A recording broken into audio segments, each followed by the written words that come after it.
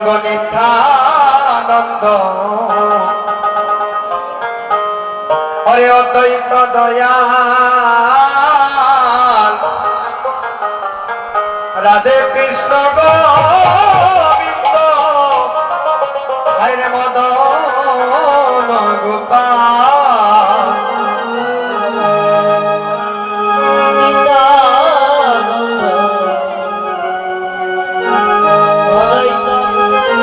অদ্বৈত দয়া রাধে কৃষ্ণ গোবিন্দ মদন গোপাল গুরু গৌরাঙ্গ নিত্যানন্দ অদ্বৈত দয়া রাধে কৃষ্ণ গোবিন্দ মদন গোপাল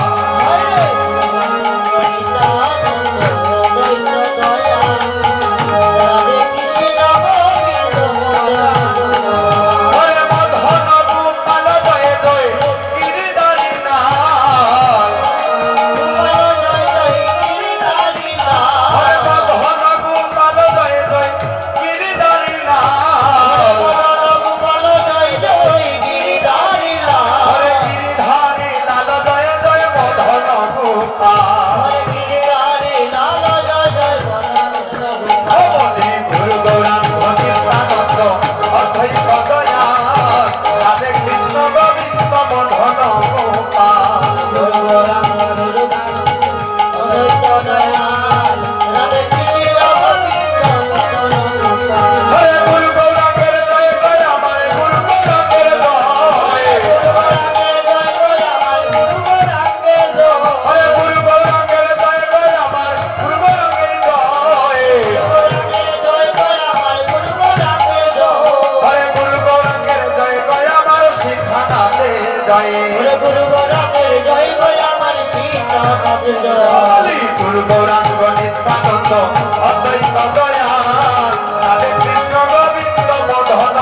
গোপাল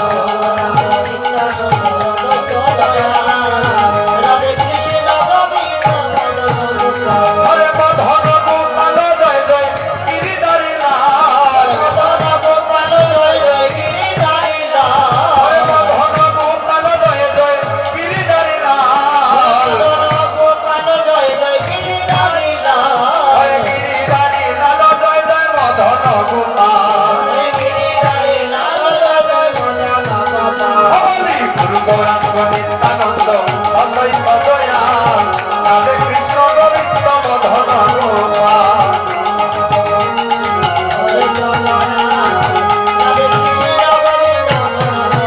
হরে মদন গোপাল জয় জয় গিরিধারী লাল হরে মদন গোপাল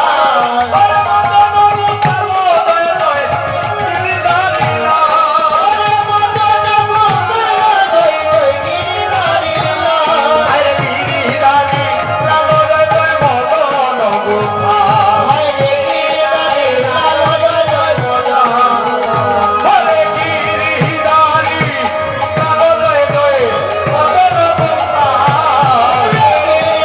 লাল জয় জয় মদন গোপাল হরি গুরু গৌরাঙ্গ নিত্যানন্দ অদ্বৈত দয়াল রাধে কৃষ্ণ গোবিন্দ মদন গোপাল নিতাই গৌর হরি বল। আজ আমরা গুরু গৌরাঙ্গের জয় দিলাম। এই যে শ্রীবাস সঙ্গ নিয়ে এসেছি, আজ একটু হরিনাম সংকীর্তন করবো। এখানে এক দিবা এক নিশি হরিনাম সংকীর্তন হচ্ছে। আর হেন ভক্তবৃন্দের সঙ্গকে আমি আমার নিজেকে ধন্য মনে করছি। দাদা সাউন্ডটা যেমন কিরকম হয়ে গেছে বলেন ওনাকে আর আসার জন্য। আচ্ছা ঠিক আছে। 84 লক্ষ জনী ভ্রমণ করিয়া এমন দুর্লভ স্বাদের মানব জন্ম পেয়েছি। কি জন্য? কৃষ্ণ ভজন করার জন্য। কিন্তু এসে কি করছি? এসে কিছুই না, সেই গুল কলিতে মত্ত হয়ে সেই অনাদিরাদি গোবিন্দকে বলে দিয়েছে। বলে গিয়ে আমরা সংসার চিন্তায় মত্ত হয়ে আছি। যেদিন সপ্তম মাস অষ্টম দিবসে মাতৃ গর্ভে ছিলাম হতমূর্তি, সেদিন দয়াল গুরুকে ডেকে ডেকে বলেছিলাম, হে গুরু গো, গুরু গো, একবার আসিয়া দেখা দাও।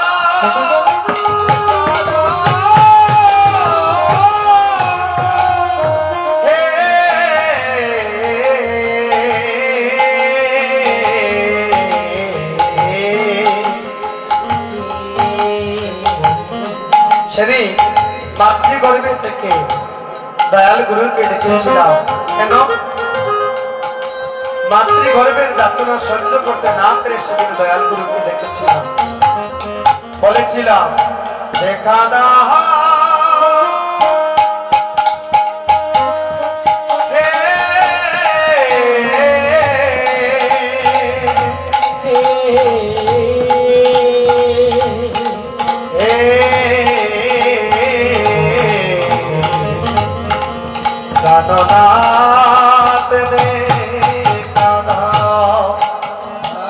সেদিন মাতৃগর্ভে থেকে দয়াল গুরুকে ডেকেছিলাম, হে গুরু গো, একবার আসিয়া দেখা দাও। সেদিন মাতৃগর্ভে আমার ডাক শুনে অনাদিরাজি গোবিন্দ, হাতে বাসি মাতে চূড়া মোহন মুরলীধারী গোবিন্দ আমার, গোবিন্দ সেদিন আমার শিয়রের সম্মুখে দণ্ডায়মান হয়ে বলেছিলেন, হে বৎস, তুমি কেন ডাকছ? কেন ডাকছ বৎস, বলো বলো। সেদিন দয়াল গুরু যখন এমন কথা বলেছিলেন, সেদিন গুরুকে বলেছিলাম, হে গুরু গো, এই যে মাতৃগর্ভের যাতনায় আমার আর সহ্য হচ্ছে না, আমাকে এই মাতৃগর্ভ থেকে তুমি এক উদ্ধার করো। সেদিন অনাদিরাজি গোবিন্দ সর্ব কারণের কারণ বলেছিলেন, হে বৎস, আমি যে তোমাকে উদ্ধার করব, তার বিনিময়ে তুমি আমাকে কি দিবে? কারণ কিছু পেতে হলে তো কিছু দিতে হয়, তাই না? আমি যে তোমাকে এখান থেকে উদ্ধার করব, তার বিনিময়ে তুমি আমাকে কি দিবে? সেদিন কেঁদে কেঁদে দয়াল গুরুকে বলেছিলাম, হে গুরু গো,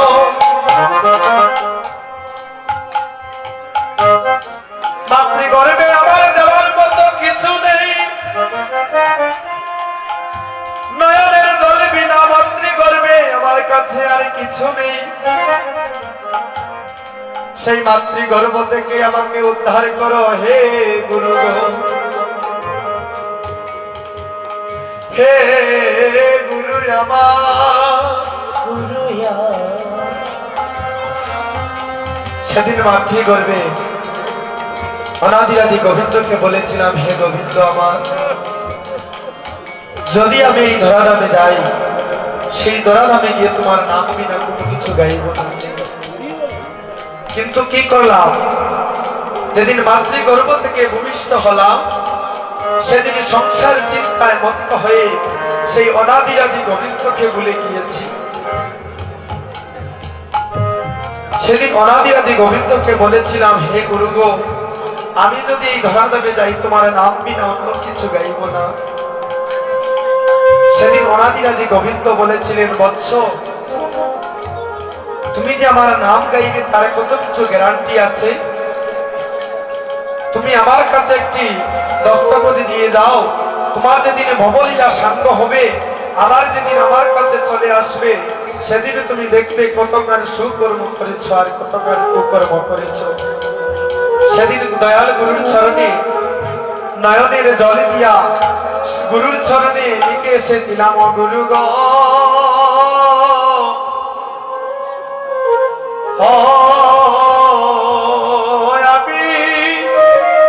আমি হইলাম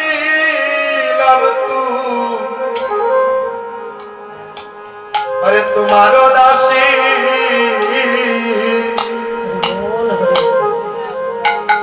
হদারুণ কলঙ্ক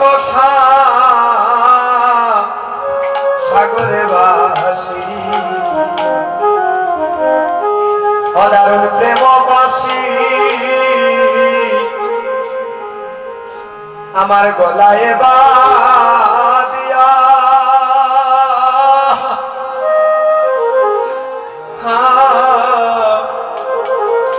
গুরু গো গুরু গো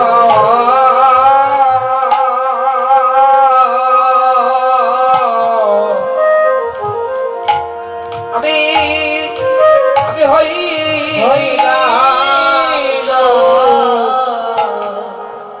তোমার দাসী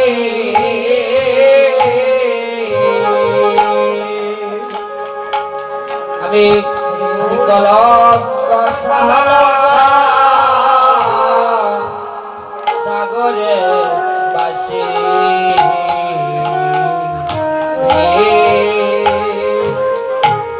দারুণ প্রেম গলাতে বাড়িয়া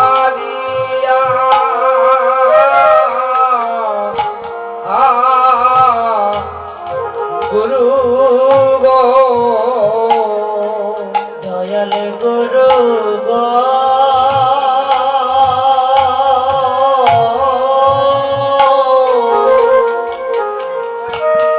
আমি হইলাম তোমার দাসী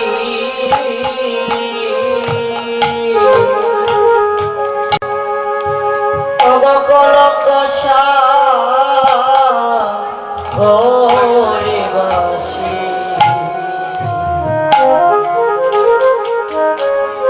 দারুণ প্রেম বাসি তোলায় দিলা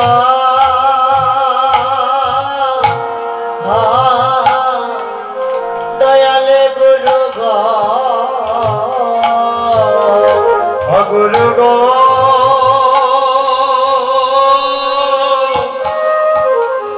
ও আজ থেকে আমি হইলাম তোমার দাসী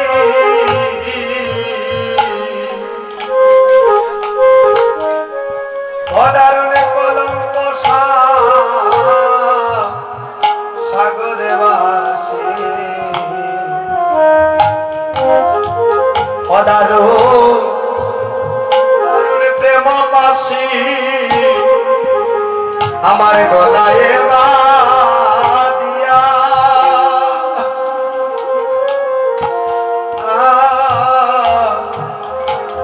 গুরু গো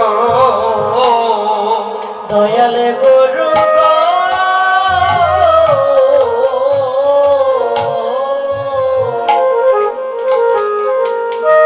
আমি হইলাম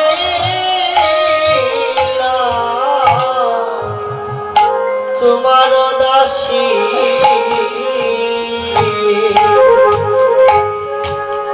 ভোগ কলঙ্ক সাগরে বাসি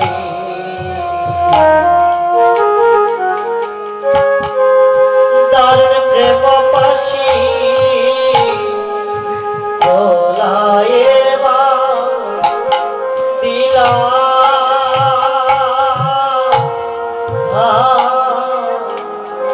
দয়ালে গুরু গো সেদিন মাতৃগর্ভে সপ্তম মাস অষ্টম দিবসে দয়াল গুরুর চরণে নয়নের জল দিয়ে লিখে এসেছিলাম, হে গুরু গো, আমি ইহ জগতে গিয়ে তোমাকে বলবো না।